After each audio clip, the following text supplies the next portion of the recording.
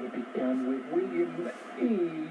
We heard the Michael and the Majors with the Donkey Serenade on Pie Records, which I was rather disrespectful to. But it was William E. Lazy Life and Crazy How Love Slips Away on Polydor.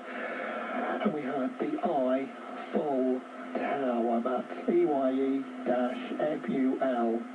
Tower, and Carol Cartoon, which I'll play for Kathy, because that song, in the lyrics, they were singing about all hair, mini skirts and go-go boots, which is how the lovely Kathy was within a few weeks of meeting her back in 1970, when I was but 15 and Kathy was but 12. That's the way it was in those days.